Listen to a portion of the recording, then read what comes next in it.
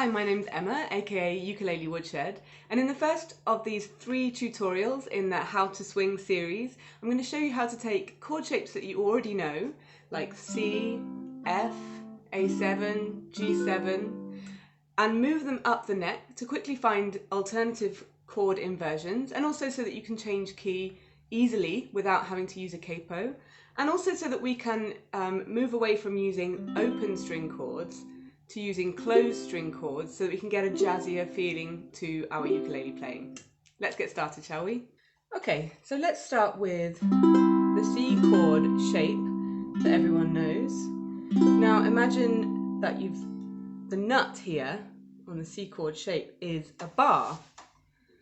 And if you move that up, so if you bar the nut and you move that up one to the first fret, then you've got C sharp or D flat. Move that up again, and you've got a D chord. Up again, you've got D sharp or E flat. Here's E, and if you hate this E chord, then this is a nice alternative. I find this one much easier. Then you've got F,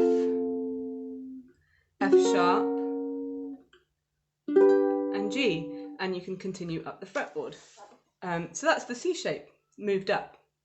Now let's think about the A chord shape, and if you can't see my fingers very well, I'll add chord diagrams in this corner. So we do the same thing with this A chord shape. Imagine that we've got a bar here, so we're going to use our middle finger and our ring finger, bar the nut, move it up one, you've got A sharp or B flat, then you've got B. You might be familiar with this one.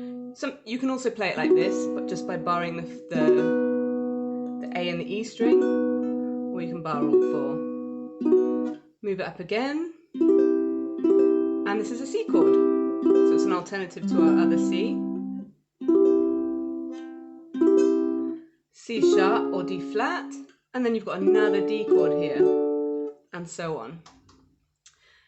The next shape we're going to look at is the A7 shape. So this shape, if we play it with our index, let's play it with our middle finger here.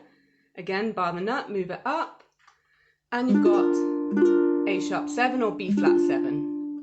Then B7, which you probably are already familiar with, may have seen before. Then you've got C7, which I use a lot, especially in jazz and swing songs. C sharp 7. There's an alternative D7 up here. You probably know this D7, we'll see that in a moment. D7, D sharp 7, and so on, up the fretboard. So these are all 7 chords all the way up that shape. And the same with this C7 shape that you probably already know.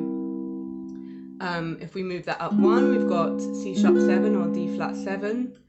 Move it up 1 and you've got D7, which is probably a shape you're already familiar with. You can move it up again, E flat 7, E7, very useful chord, and so on and so on and so on. Now these next two, they're slightly harder shapes to make, but for example we've got our G7 shape here, so 0, 2, 1, 2. Now I'm going to change my fingering here, I'm using my middle finger on the C string, my ring finger on the C string, my middle finger on the E string, and my little finger on the A string. Imagine we're putting a finger on the nut here, move that up, this shape, and we've got an A flat 7. Move it up again and you've got an A7, a really useful chord again in jazz. B flat 7, B7, C7, an alternative C7 to this one that we saw before, and so on up the fretboard. Now this other shape, so let's think about our E7 shape, our open string E7. Imagine, let's change our fingering again, so our middle finger is on the G string, ring finger is on the C string, and the little finger is on the A string. Imagine we're covering the E string with our index finger, move that up, and we've got an F7 shape, so you might have used that before. Move it up again, F sharp 7, or G flat 7, G7, so an alternative G7 up here. I use this one all the time. A flat 7, and another A7 up here, which I also use really frequently. So that's just the E7 shape moved up. Let's see, one more.